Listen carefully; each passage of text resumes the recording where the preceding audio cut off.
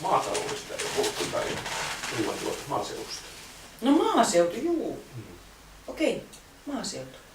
Kirsi, Niin. onko maaseudulla mitään arvoa vihreille? Te olette semmoisia cityvihreitä. Se kertoo siitä, että usein keskustalaisten lapset heistä on tullut vihreitä. He arvostavat maaseutua, mutta ei sitä politiikkaa, jota siellä tehdään.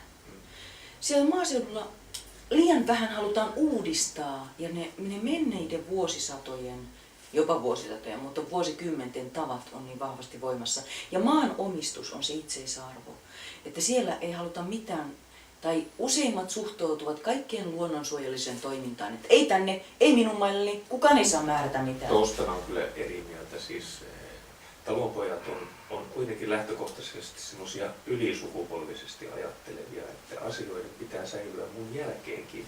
Mutta se mitä sanoit maanomistuksesta ja maahan liittyvistä asioista, niin tässä tulee se jakolinja, että jos tavallaan tullaan ikään kuin mun metsään tai mun kalliolle tai mun pellolle. Niin just se omistaminen on tärkeää. Se on tärkeää, mutta siihen liittyy niin valtava sukupolvien ketju, että se pitää myöskin niin kuin vihreiden ja luonnonsuojelijoiden. Meillä on ensinnäkin niin kuin asenteet lieventynyt myöskin maaseudulla suojelua kohtaan ja on nähty se, että kun tehdään vapaaehtoisia toimia, se, että helkkari, mun metsässä onkin näin komeata, sitä arvostaa muutkin.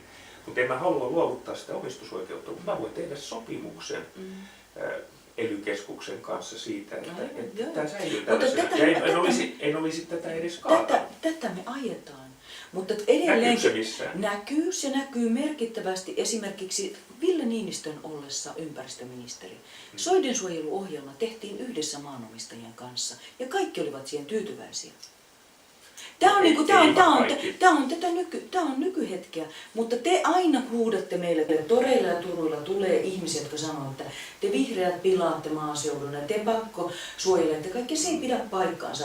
Että siinä ollaan jälleen sellaisessa leimaamisessa, että hyvin paljon tulee sellaista vastakkainasettelua, että vihreät vihais maaseutua ja ottaisi kaikki maat suojelukseen. Se ei pidä paikkaansa. Musta siinä on asenteiden tarkastelusta teilläkin.